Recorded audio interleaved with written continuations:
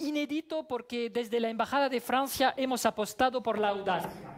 La Noche de las Ideas es un programa organizado a nivel mundial por el Ministerio de Relaciones Exteriores francés en un formato clásico de charlas. Esta primera edición franco-venezolana es novedosa porque hemos decidido abrir la ventana y comunicarnos directamente con París a través de una videoconferencia, y esto gracias al apoyo de nuestros aliados de Impact Hub, que saludo hoy de nuevo, un lugar muy especial de Caracas y de Venezuela, una comunidad de empresarios con compromiso social. Este año se cumplen 50 años de los acontecimientos de mayo 1968. El recuerdo de este evento sigue muy presente en Francia y se ha anclado en la memoria universal. Más allá del movimiento estudiantil francés, mayo 68 ha sacudido el mundo entero. Este terremoto político y social, que tuvo su epicentro en la famosa Sorbona, ha tenido réplicas en los campus universitarios americanos, en Europa, con la primavera de Praga en la antigua Checoslovaquia, y luego en Asia con Vietnam, expandiendo así el malestar y rechazo a las sociedades tales como eran en el 68. Los manifestantes en el mundo entero pidieron a los políticos que la imaginación llegue al poder para dar nuevas esperanzas y nuevas perspectivas a una sociedad que parecía entonces bloqueada, estancada y aburrida. Con nuestro lema de hoy, con nuestro tema de hoy, la imaginación democrática, no se trata de disertar de la Venezuela de hoy. Fieles a nuestros ideales republicanos de libertad, igualdad y fraternidad, fieles también a nuestra convicción y el intercambio apaciguado y sereno, lo que denominamos los franceses el debate de ideas, son los aliados indispensables para construir juntos el futuro. Quisimos así edificar un puente de ideas, de convicciones y de entendimiento entre ambos países. En el mundo entero, la sociedad civil, motor de las naciones, progresa gracias a la circulación de las ideas, que son la mejor herramienta para edificar el futuro. Yo sé que los ciudadanos venezolanos participan plenamente en esta reflexión internacional. En la escena internacional hemos visto recientemente algunos países valorando el botón del fuego nuclear o de las armas nucleares. El único botón que queremos apretar aquí en Caracas hoy es el botón de las ideas, que son herramientas de construcción masiva. Y para concluir, quisiera agradecer muy especialmente a quienes nos acompañan hoy del lado venezolano, personalidades conocidas por sus trayectorias y el destacado papel que tienen dentro de la ciudadanía.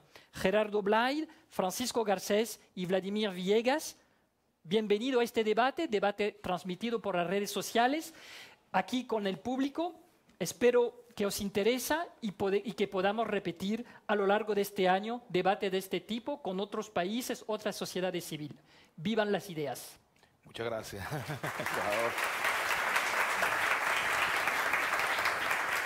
Bueno, de verdad para mí es un placer participar de este evento, porque eso de tener una noche de las ideas por la mañana es la mejor manera de que esas ideas sean lo más frescas posible, lo más reflexionadas también, si vale el término, porque bueno, venimos de la noche, venimos del descanso y venimos precisamente con la mente abierta para escuchar todos los puntos de vista, como debe ser en una democracia. La diversidad es parte esencial de la democracia. El pensamiento único no tiene ningún sentido porque es contrario a la propia condición humana.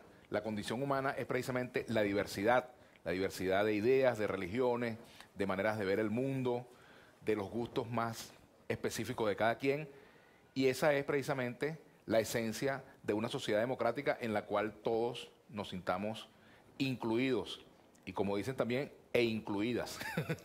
Así que bueno, yo quiero presentar a nuestros invitados. Me avisan por favor si tenemos la conexión con Francia, en lo que la tengamos. Sí. Vamos a hacer la conexión ya con los panelistas que ya anunció el señor embajador Romain, que nos acompaña, ¿no?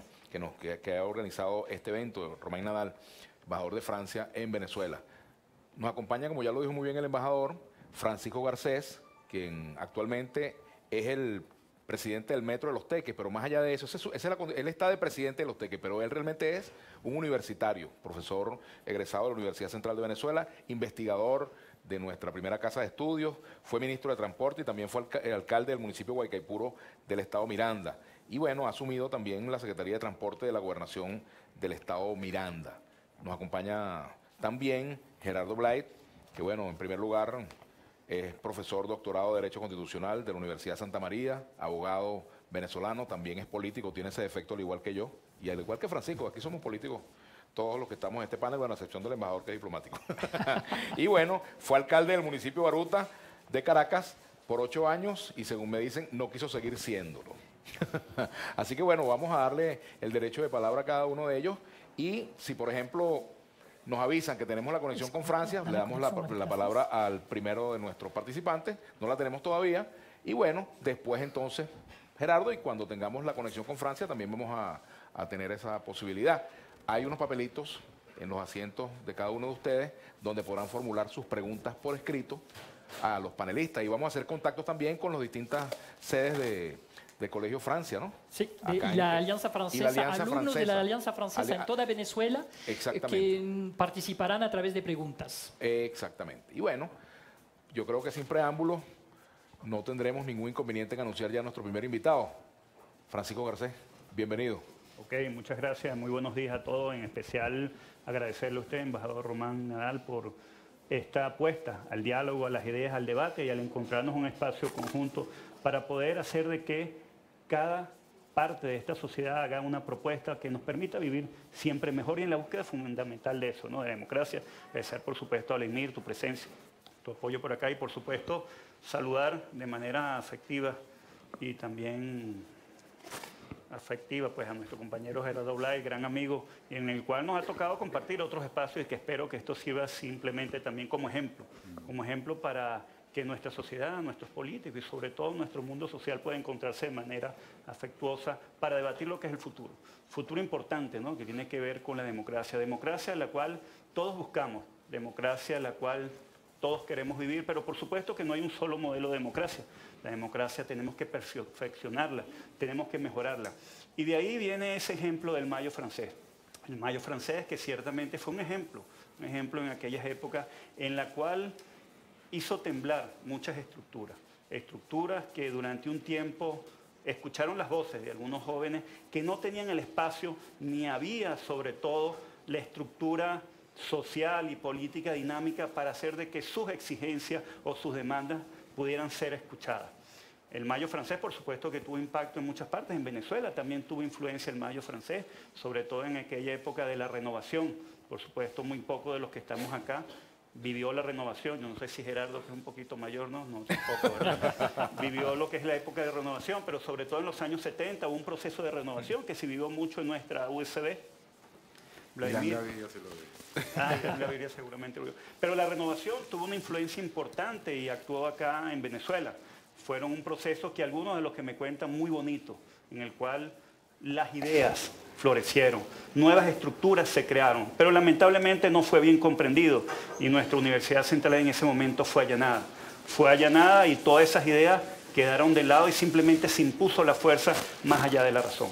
Yo creo que nosotros siempre tenemos que dar ejemplos hacia las ideas, hacia el diálogo, hacia la apertura, porque el dialogar no es traicionar. El dialogar, así lo decía, y siempre repito esas palabras del embajador, el dialogar es abrir las puertas del entendimiento, abrir las puertas del comprenderse para que nuestra sociedad siga avanzando.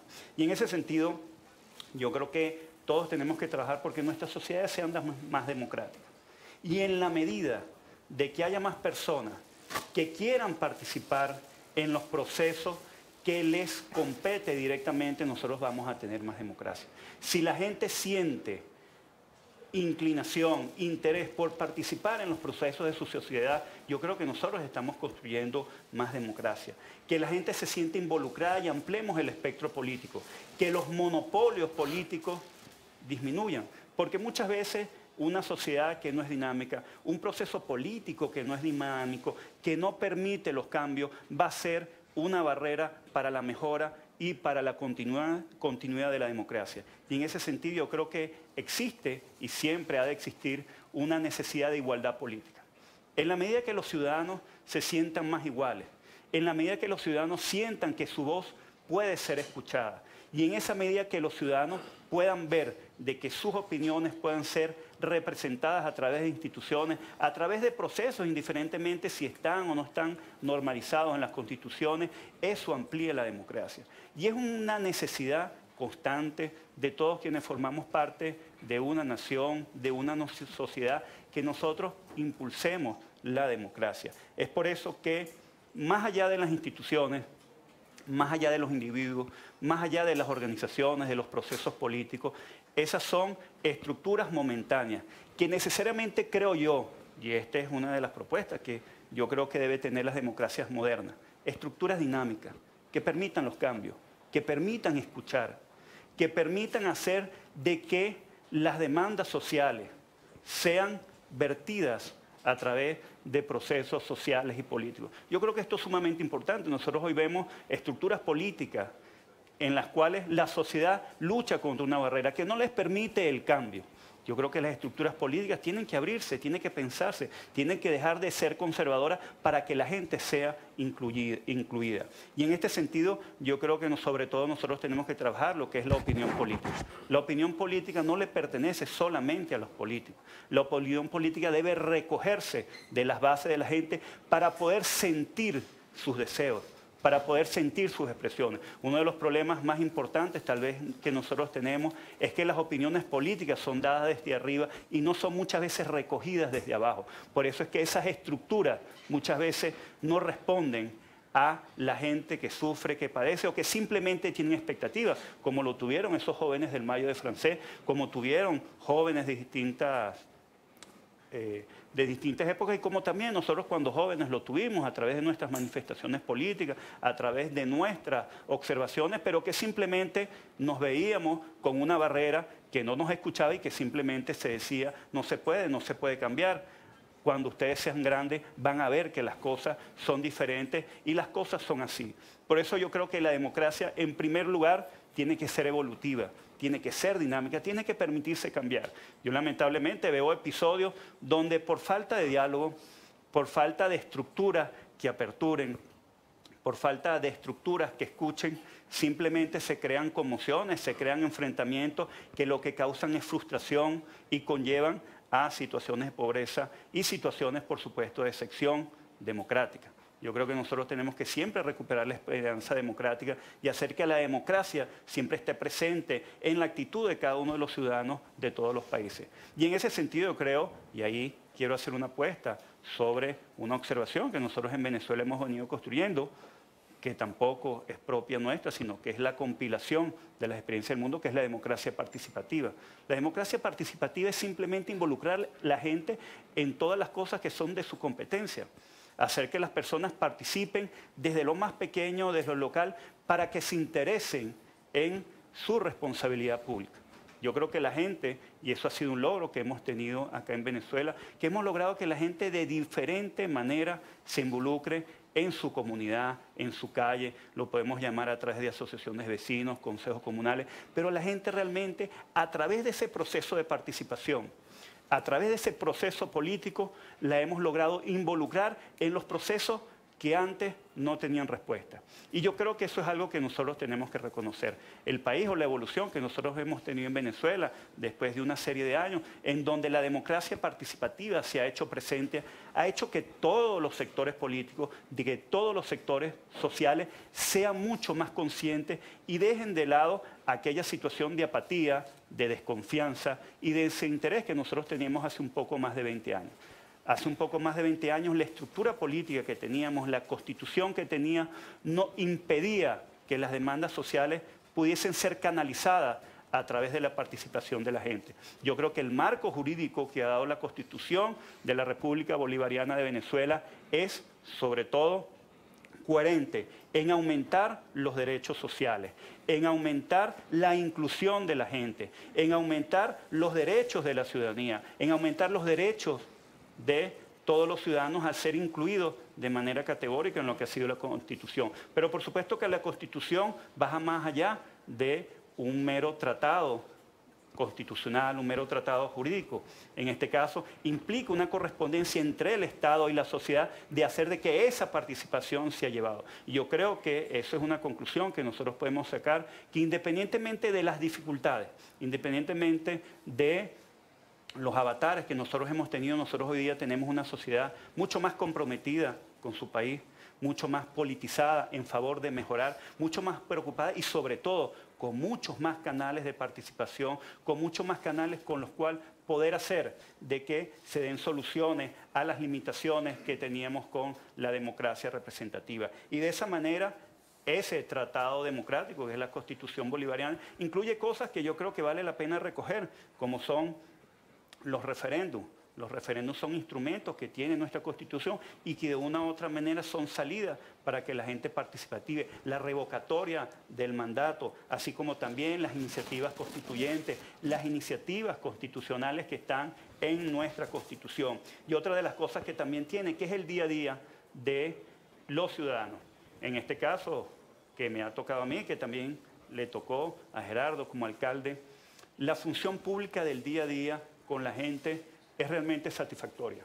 Nosotros tenemos una legislación desde el punto de vista jurídico que nos permite y que obliga casi a la gente a tener que participar. Y déjeme decirle que eso es un proceso sumamente rico. Y déjeme decirle que además sumamente rico que nosotros tenemos y que a veces no lo visualizamos realmente como debe ser. Es realmente satisfactorio ir a una asamblea de ciudadanos, de consejos comunales, escucharlos, trabajar con ellos, sentir sus demandas, sus exigencias. Por supuesto que es mucho más trabajoso. Por supuesto que es mucho más complicado someterse diariamente a la observación de aquella persona que espera la solución de sus problemas a través del cargo que tú tienes.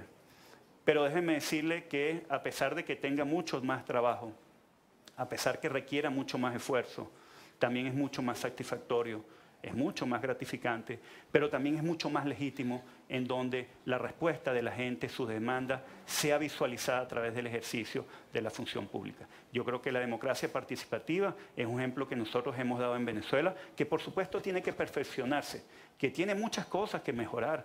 Muchas veces podemos criticar los consejos comunales, las comunas, las asociaciones de vecinos, que son, digamos, asociaciones que de una u otra manera se parecen, pero que ciertamente le dan poder a la gente, pero que además en nuestro país tiene la posibilidad de otorgarle la gestión, la dirección, y que muchas veces hace que nosotros, quienes hayamos tenido funciones públicas, seamos simplemente meros administradores y ejecutantes de las decisiones que la gente. Por supuesto, siempre va a haber un rol de dirección, un rol de guiatura política en todo proceso, pero la política hoy día en nuestra patria es mucho más rica, es mucho más profunda, es mucho más difícil, sí, pero de alguna u otra manera le corresponde más y satisface mucho más a la gente. Y es por eso que yo creo entonces que la democracia necesariamente tiene que trabajar por elementos fundamentales. Más democracia significa más inclusión. Que todos los sectores sociales sean incluidos. Hoy día yo creo que nosotros podemos visualizar como los campesinos, pescadores, trabajadoras, estudiantes, personas que tengan alguna condición especial, hombres, mujeres, afrodescendientes, se sienten más incluidos socialmente. Yo creo que esa es una riqueza que hemos obtenido y que nosotros tenemos que preservar dentro de las cosas que en este caso nosotros podamos criticar. Países como el nuestro, por supuesto, tienen mucho más acceso a la educación, tienen mucho más acceso a los servicios públicos de los que se tenían antes. Eso también es una riqueza sobre la cual tenemos que discutir y sobre las cuales tenemos que conservar y sobre los cuales tenemos que trabajar.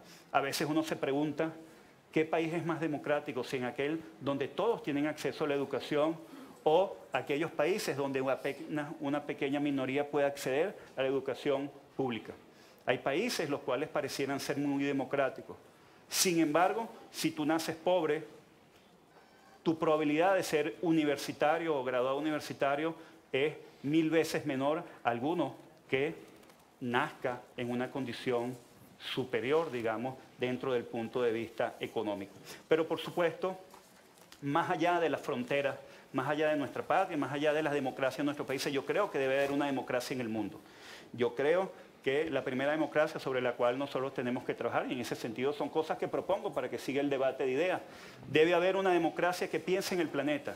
No es posible que se aproveche de los recursos del planeta de manera discriminada y que nosotros tengamos que sufrir la consecuencia del calentamiento global. Yo creo que el mundo tiene que trabajar acerca de una democracia universal en nuestro planeta que deponga los cambios climáticos que ciertamente nos afectan a todos y que por supuesto sufren los más pobres.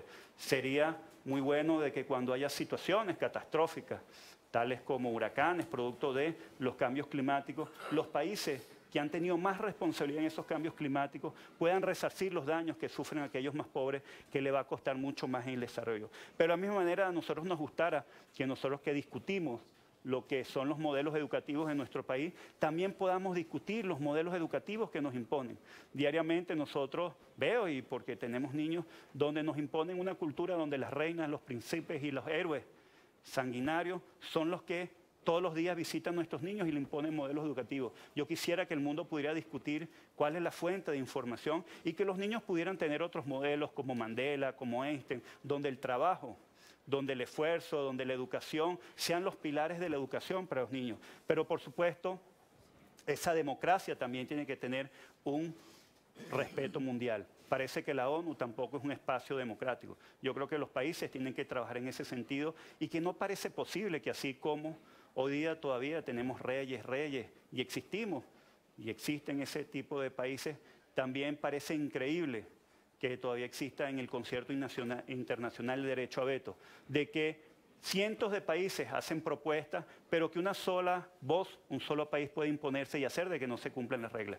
Yo creo que nosotros tenemos que trabajar mucho en lo que es, por supuesto, la dinámica democrática para responderle a la gente con estructuras modernas, dinámicas, que canalicen la participación de la gente, pero sobre todo que sigamos trabajando en un orden dinámico mundial que permita que el mundo sea más justo con el planeta, con los seres humanos y con el orden económico mundial. Muchas gracias, Francisco Garcés, por su participación. Muchas gracias. Y bueno, nos informan que ya tenemos la señal desde París y vamos entonces a hacer contacto con París y luego de que hagamos ese contacto con París, le escucharemos a Gerardo Blay. ¿De acuerdo? De acuerdo, ¿verdad? Bueno, en cada silla, como ya lo dijimos, está el formato de preguntas para los panelistas. Y por supuesto, a mí se me olvidó hacerlo, en lo que a mí respecta, el agradecimiento a los espacios de Impact Hub para poder participar en una discusión de esta naturaleza y el agradecimiento además por existir, porque yo lo conocí la semana pasada y estoy gratamente sorprendido de lo que aquí se hace. El emprendimiento como práctica concreta de creencia en el presente y en el futuro de nuestro país. Así que bueno, vamos a hacer contacto de una vez con París y vamos a tener la participación del doctor François Delprat, a quien le damos la bienvenida. Le damos la palabra a París entonces. Adelante. Desde París para nuestros y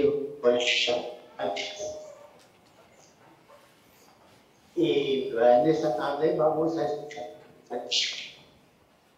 la imaginación democrática a los doctores Pañón,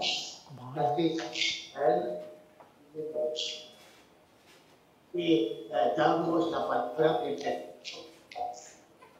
a Olivier Compañón, director del Estudio de Argentina.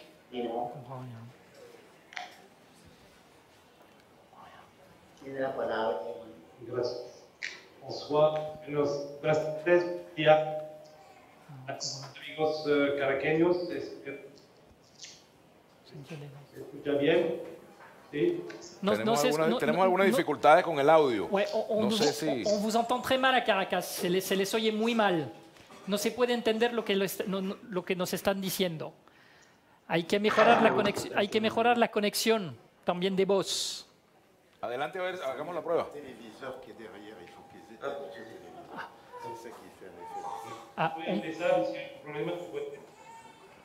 Sin problema, ¿ok? Si no se escucha bien. A menos que hagamos una prueba de tratar de... Tout du son. Oui, c'est ça, alors je vais laisser le son ici.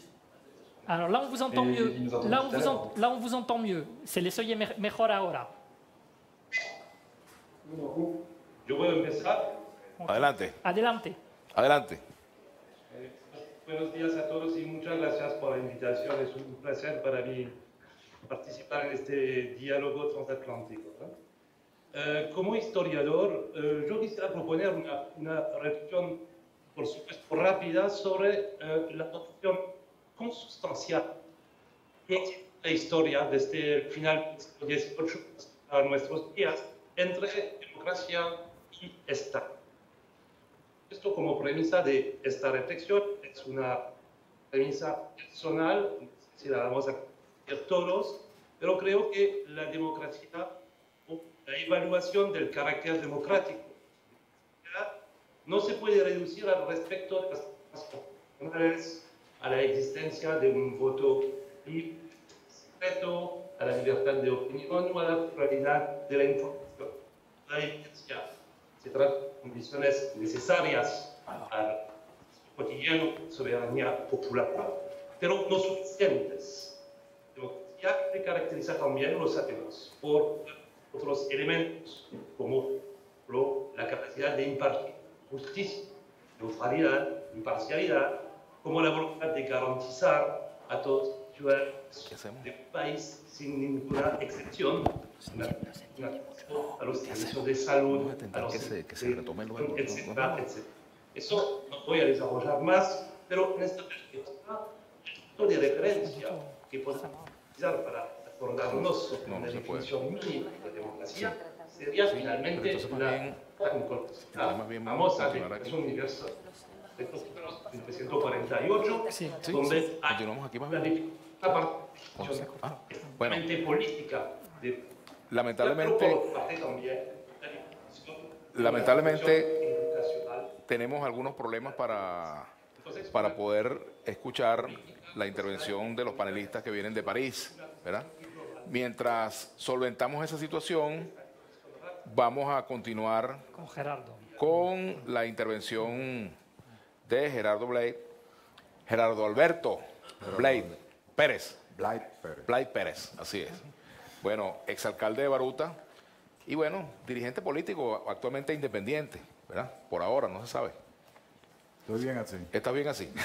Bueno, le vamos a dar la palabra para que hagas tu exposición, Gerardo. Muchas gracias, Bienvenido. Vladimir. Gracias por aceptar moderar este debate, si se puede llamar así. Intercambio de ideas, sí. Al embajador Román Nadal, quien pensó en mí, con tanta gente que hay en oposición, pues le agradezco mucho el honor que me ha hecho de hacerlo. Cuando el embajador Román me dijo para venir acá, primero tampoco conocía Impact Hub y me quedé impactado porque vine la semana pasada a conocerlos y la verdad que impactan. Son un grupo de jóvenes venezolanos con esta iniciativa que hay que aplaudir y que hay que además respaldar. Los felicito a todos, ¿no? Y sobre todo casi todas son mujeres, ¿no? Me impresiona ese equipo fuerte de mujeres jóvenes pues tratando de hacer país y de que otros hagan país también con compromiso social. Gracias a la Embajada de Francia y por supuesto la otra cosa que me dijo el embajador, aparte de que iba a ser aquí, era que mi contendor, si se puede decir así, iba a ser Francisco Garcés, con quien pues he compartido otros escenarios, como bien dijo Francisco, y le dije que con mucho gusto, porque con Francisco se pueden debatir ideas, y no con todo el mundo se pueden debatir ideas en nuestra Venezuela. Y además agradecí mucho que haya aceptado el debate, porque últimamente es como difícil debatir ideas en nuestro país. Si nos ven sentados juntos debatiendo, o si acaso yo le doy la mano o él me da la mano, a lo mejor en las redes lo van a destrozar a él sus partidarios y a mí me van a destrozar los partidarios de la oposición, ¿no? Y nos hemos vuelto un país de intolerancia tan extrema que estos puntos de encuentro se los agradezco enormemente al embajador y sobre todo a la moderación hoy también de Vladimir, que ha dejado sus compromisos de periodista para estar aquí presente. Hasta Bien. las 12 y algo. Hasta las 12 y algo, porque tiene que salir en vivo a la 1. Así es. Fíjense lo siguiente, yo había hecho un esquema un poco largo, pero voy a tratar de ser voy a sintetizar lo que yo pienso sobre ese ideal democrático que tenemos todos los demócratas, pero que algunos no han entendido lo que significa la democracia. Democracia no es solo libertad, justicia, elecciones periódicas, elecciones que deben ser justas, secretas, universales y directas, con ese voto que abarque a todo el mundo. Democracia es un construir diario. La democracia se tiene que estar haciendo en el día a día. Y por ahí va el profesor francés, por lo poco que le entendí. La política es parte de la democracia, es consustancial a la democracia y la política debe administrar los conflictos.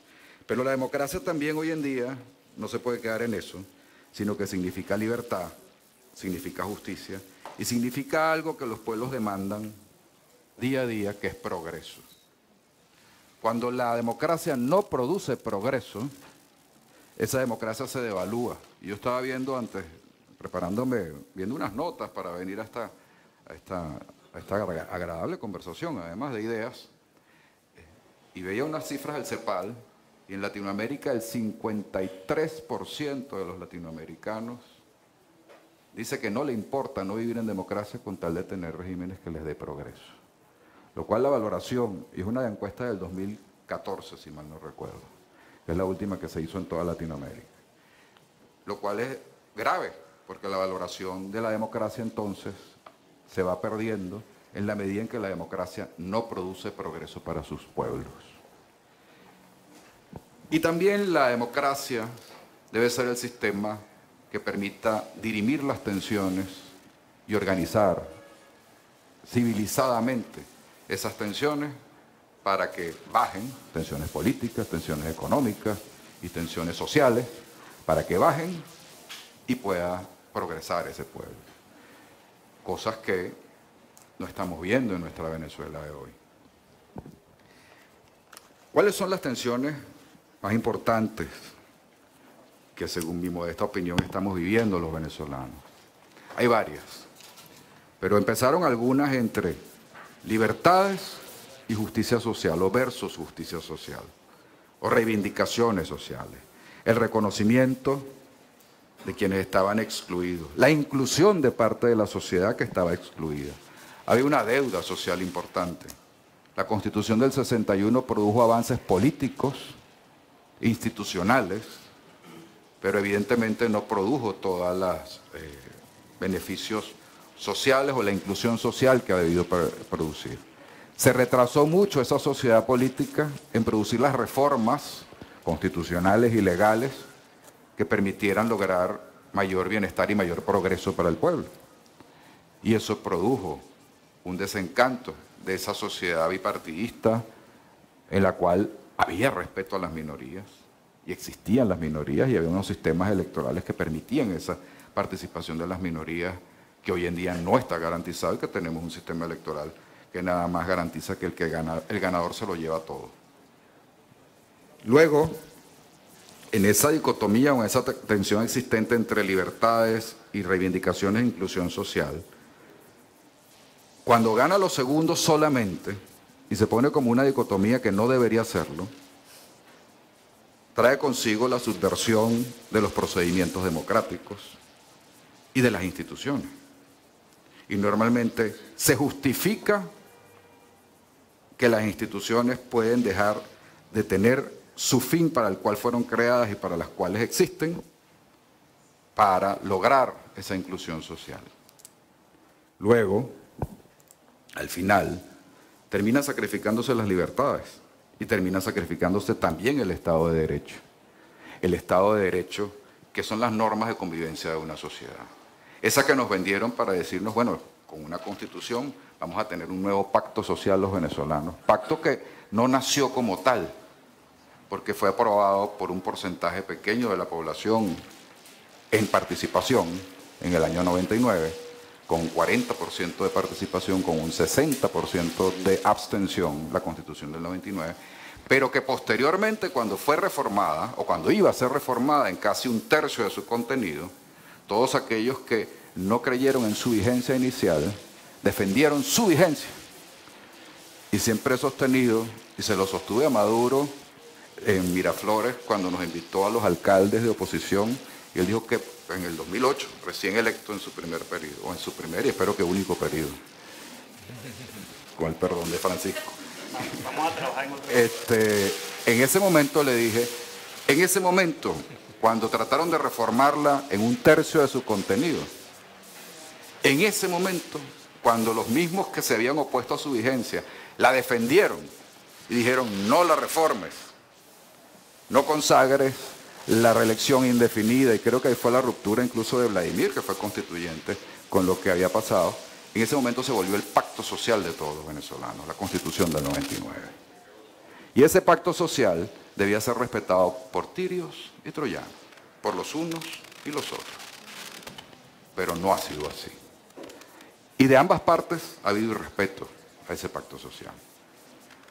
Por ejemplo, en el 2000, yo estaba de diputado de la Asamblea Nacional, creo que Vladimir era secretario, y se cooptó la participación de la sociedad civil que dice la Constitución Nacional, con acuerdo de parte de los diputados de oposición incluso, para la constitución y nombramiento de los miembros de los poderes públicos. Y se acabó con la independencia de los poderes públicos, naciendo la Constitución de 1999, que es parte importante de la democracia: separación de poderes y autonomía de los poderes, independencia de los poderes.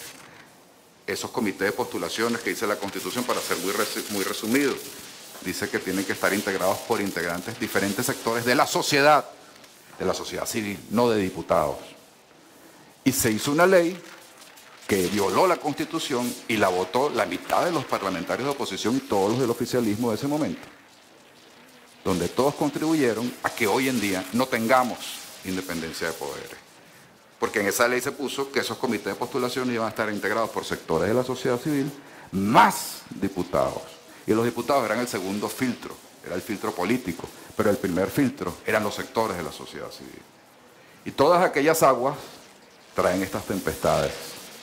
Cuando se empieza de un lado o del otro a rebajar el Estado democrático de derecho, a relajar la norma, a irrespetar el pacto que nos dimos los venezolanos, los unos fundándolo, aprobándolo, redactándolo, los otros cuando se intentó su reforma y dijimos no la reforme, lo aceptamos y se volvió el pacto social de todos los venezolanos. En ese momento, cuando nos relajamos en las normas, entonces se puede permitir cualquier cosa. Y yo creo que ese fue el primer momento de violación masiva del texto constitucional que apenas estaban haciendo. Tenía 6 meses de nacido. Cuando no hay independencia de poderes, entonces pasan otra serie de cosas de las cuales también quisiera hablar. La segunda tensión a la que estamos sometidos los venezolanos, según mi modesta opinión, es ese debate entre representación y participación. Ese debate que nació a raíz, yo diría que desde 1986 estamos metidos en ese debate, donde no existía antes del 86 la elección directa, secreta y universal de alcaldes y gobernadores, donde eran designados por el poder central. Hubo modificaciones legales para que se pudiese elegir a los alcaldes, a los gobernadores, en cada uno de los estados, en cada uno de los municipios del país, pero no hubo una delegación de competencias fuerte, ni tampoco de recursos autónomos.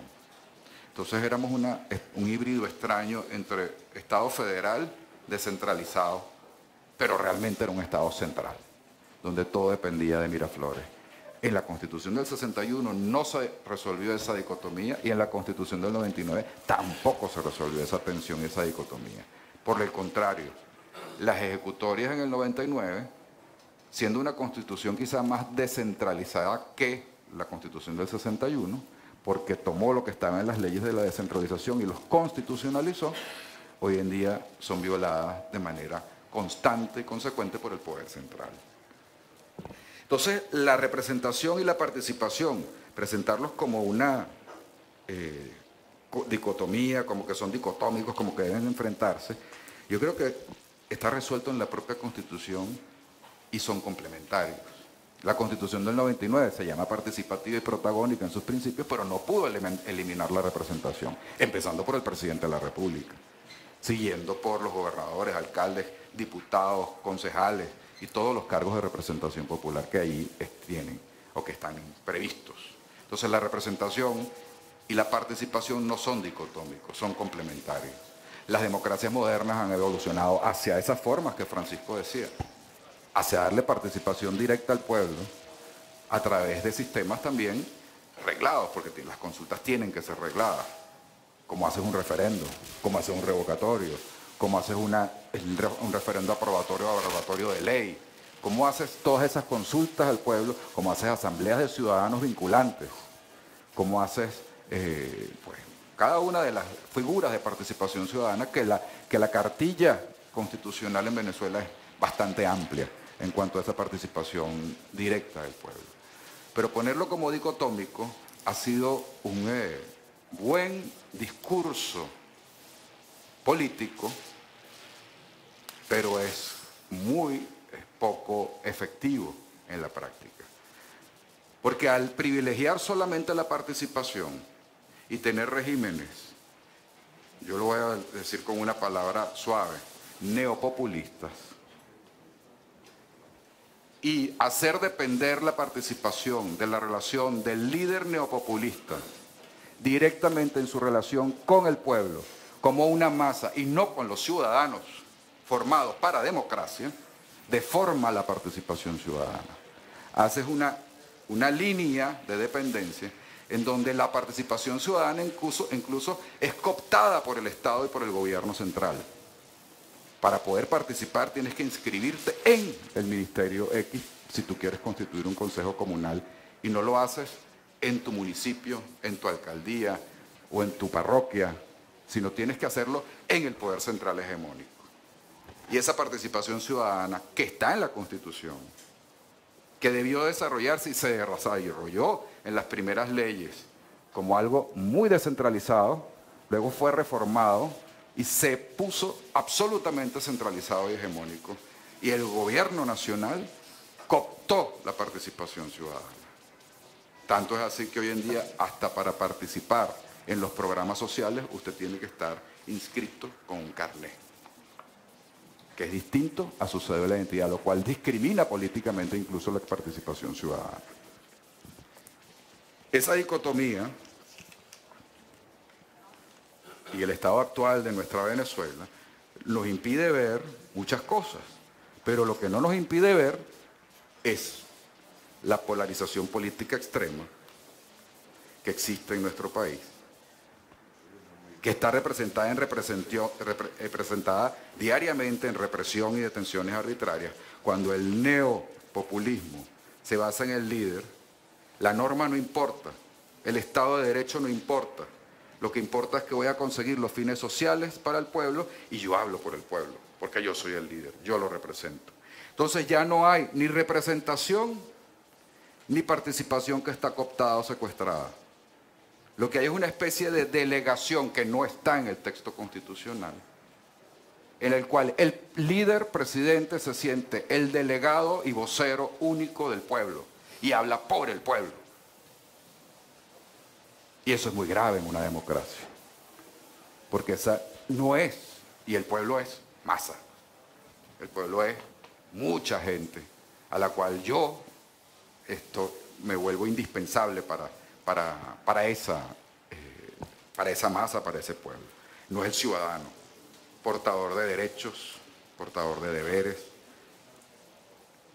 Luego, eso normalmente tiene corto plazo, porque el neopopulismo siempre va a tratar de satisfacer necesidades inmediatas como sea y además sin importar si hay que subvertir las normas para llegar a la satisfacción de esas necesidades.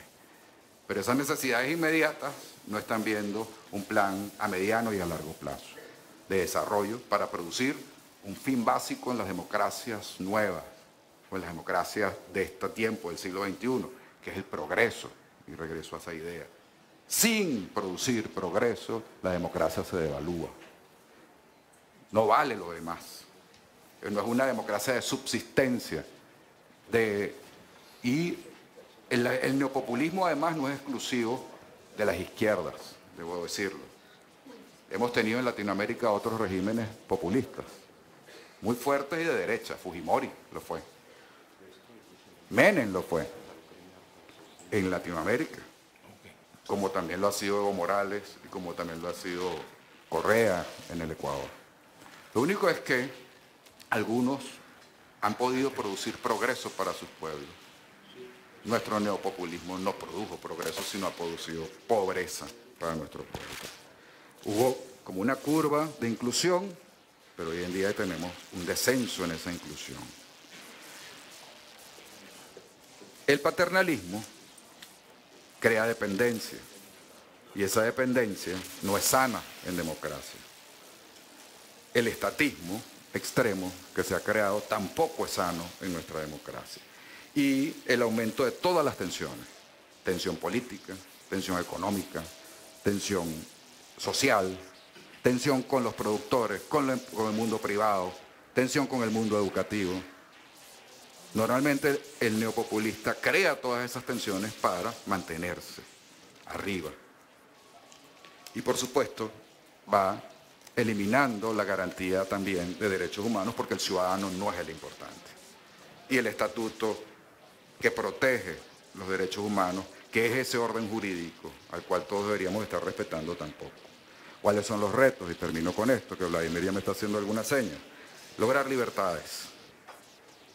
Lograr que el Estado funcione con separación de poderes, independencia.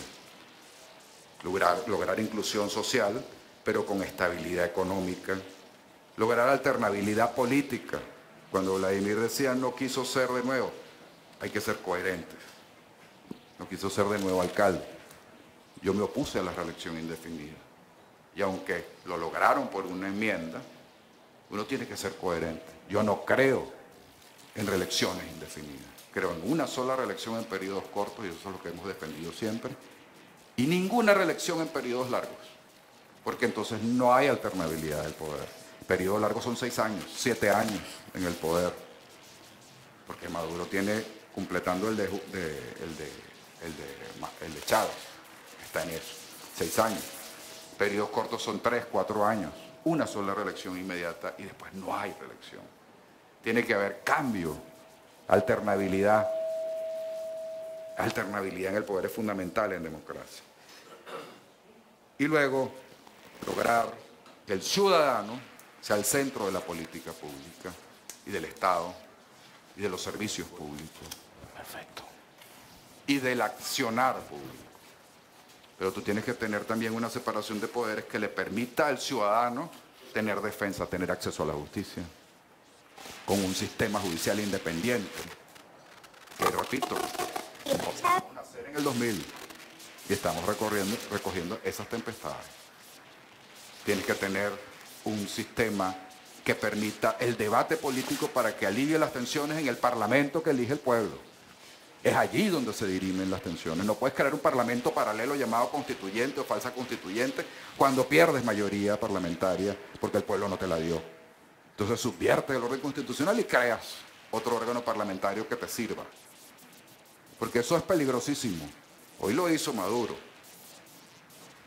Se lo criticaría igual a alguien de oposición que mañana o pasado mañana gane las elecciones, sea presidente, no le guste el Parlamento Nacional y convoque por el mismo método y con los mismos antecedentes jurisprudenciales del Tribunal Supremo de Justicia una asamblea constituyente a su medida. Eso es violar la Constitución y violar el pacto social que todos nos dimos. Y finalmente, producir, por ahí comencé y por ahí termino,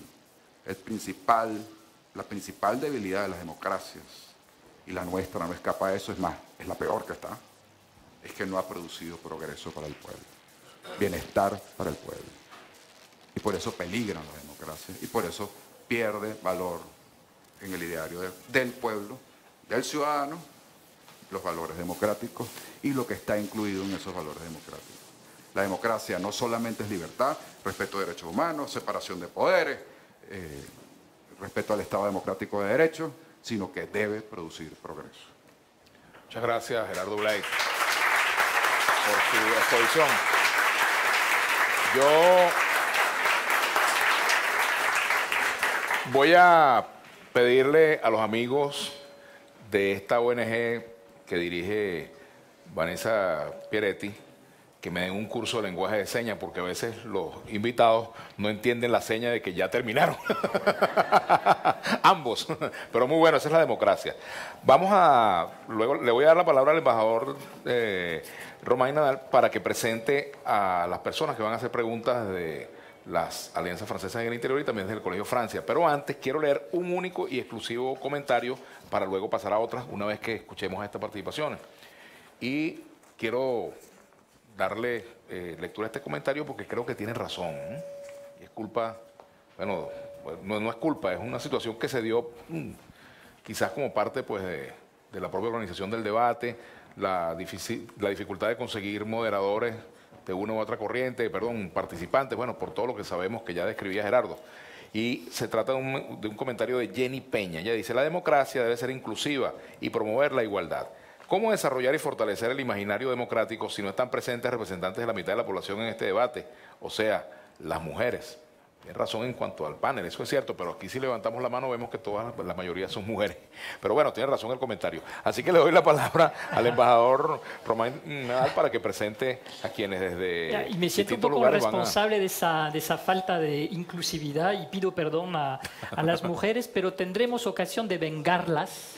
El 8 de marzo, organizando en la Residencia de Francia un acto con únicamente mujeres, inclusive yo voy a dejar la residencia en manos de las mujeres, la Residencia de Francia, para que tomen posesión con un almuerzo y luego con actos, yo diría, intelectuales, políticos y artísticos sobre el derecho de la mujer. Y agradezco a Carla que ha aceptado participar en este acto. Sin Carla esposo, Müller. ¿no? Eso Sin esposo, sin embajador, solamente mujeres. Les voy a dejar la llave de la residencia y se van a apoderar de la Residencia de Francia.